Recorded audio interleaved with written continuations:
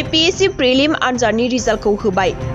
Assam public service commission सुंद'यै APSc 2023 prelim आनजादनि रिजाल्टखौ फोसावबाय। APSc नि बानजायनायाव गासै 235 मासियाव थिसनथाइ होनायनि थाखाय बे सायख' आनजादखौ खुंनाय जादोंमोन।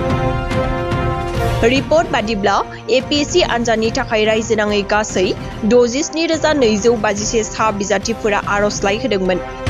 बेनिनो सा 2,898 बिजाथिफोरा APSc प्रिलिम आनजादाव उथ्रिसार जानो हादों होननानै सुलुङाव फोरमायदों। APSc प्रिलिम आनजादनि रिजाल्टखौ होबाय। आसाम पाब्लिक सार्भिस कमिसन सुंद'यै APSc 2023 प्रिलिम आनजादनि रिजाल्टखौ फोसावबाय। APSc नि बानजायनायाव गासै 235 मासियाव थिसनथाइ होनायनि थाखाय बे सायख' आनजादखौ खुंनाय जादोंमोन।